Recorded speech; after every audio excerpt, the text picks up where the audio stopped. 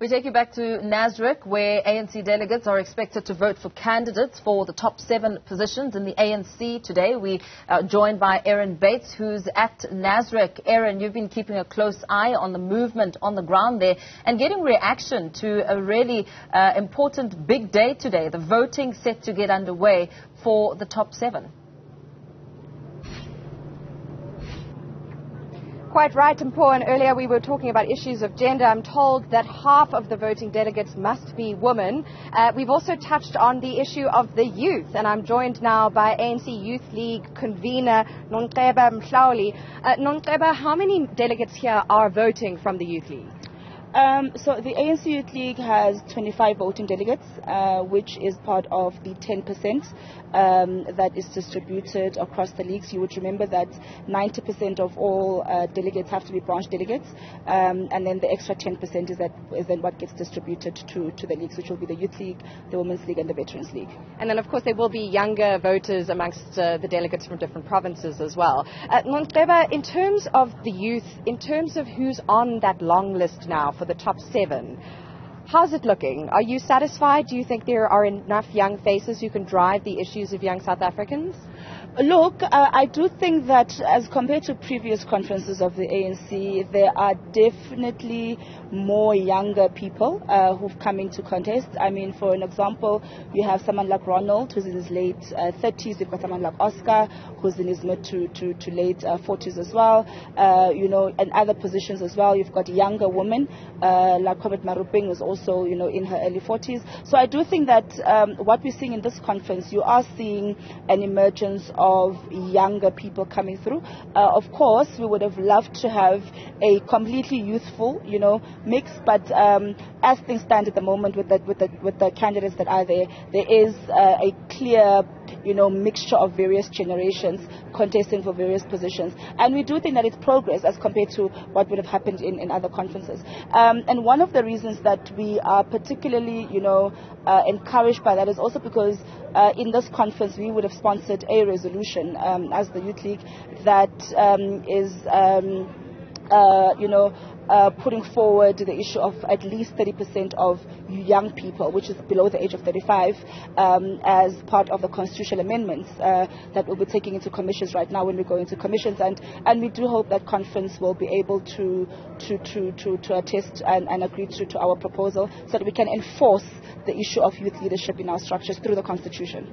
Thank you. I suppose the other benefit of being young is that you can handle no sleep a little better than some of your older colleagues.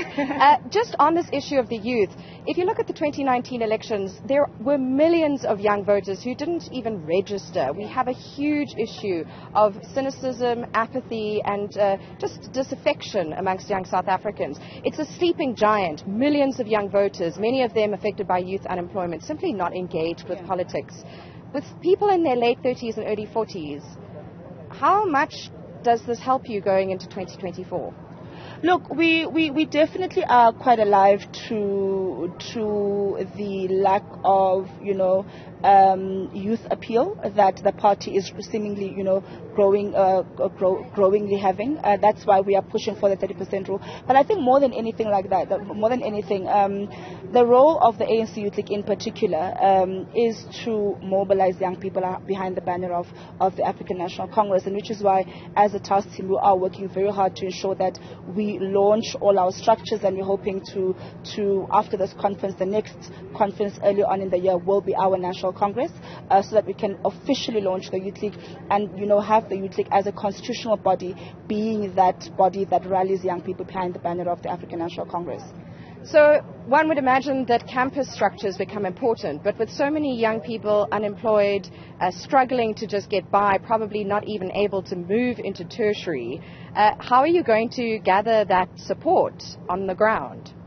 Look, we believe that the ANC-led government, is doing quite a lot in terms of ensuring that we change the fortunes of young people. You would know that the recent employment figures, would have shown a job growth in terms of job growth numbers. You would have also noted that our recent GDP numbers as well are showing that our economy is at pre-COVID stages, and through the various policies that the ANC-led government is continuing to implement, in government, we are slowly getting to a space wherein we can go back to what is the ANC's core mandate, which is to ensure that we transform the lives of previously disadvantaged people. However, the youth numbers are very concerning because even if you dissect the job growth numbers, majority of that is actually not young people. So we are concerned about the fact that even with the jobs that are being created, it's not jobs that are actually going to your biggest portion of the population that continues to be unemployed. But as the ANC Youth League will be here, we are in conference, we will be participating in commissions.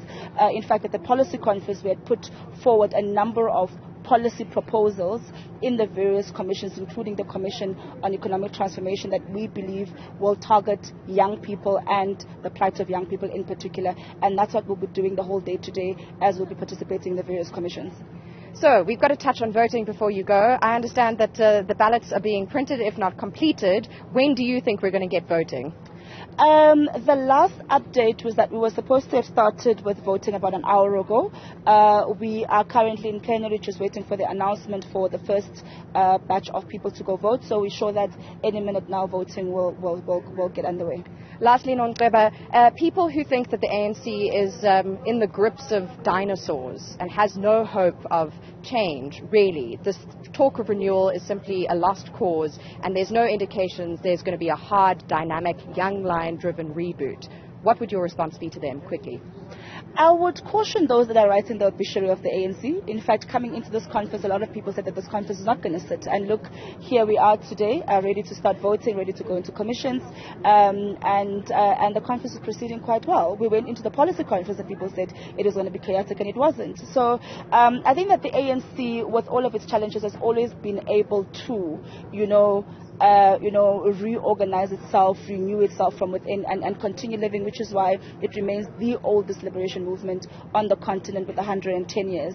And we're going to leave it there. Thank you so much. All right, so voting's set to get going an hour late, but several hours late from when it was initially scheduled. We'll keep you updated on Newzroom Afrika channel 405 throughout the day.